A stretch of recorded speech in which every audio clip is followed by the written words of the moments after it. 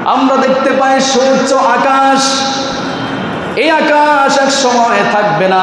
কি চমৎকার সূর্য! এই সূর্য এক সময় থাকবে না। কি চমৎকার চাঁদ রব্বুল আলামিন আমাদের জন্য তৈরি করেছেন। কাদের জন্য? আমাদের জন্য তৈরি করেছেন। রাতের অন্ধকারে আমরা যখন পথ চলতে যাই, সেই চাঁদের আলো দেখে দেখে আমরা পথ চলি, ঠিক কিনা? আবার যখন দিন হয়ে যায়, সূর্যের আলোর মাধ্যমে সারা পৃথিবী আলোকময় হয়ে যায়। এভাবে রব্বুল আলামিন আমাদের জন্য সারা পৃথিবীটাকে কি চমৎকার করে সাজিয়েছেন।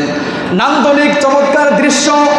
আপনি পার্বত্য অঞ্চলগুলোর দিকে তাকান, কি সুউচ্চ সুউচ্চ পাহাড়। আবার আপনি দেখতে পাবেন সমুদ্র সৈকতে কি বড় বড় সমুদ্র।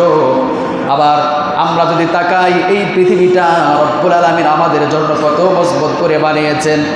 এই পৃথিবীতে আমরা বিল্ডিং নির্মাণ করি, এই পৃথিবীতে আমরা মাটির উপরে বিল্ডিং বানিয়ে থাকি, এই পৃথিবীতে কত মাটির উপরে আমরা আঘাত করে থাকি।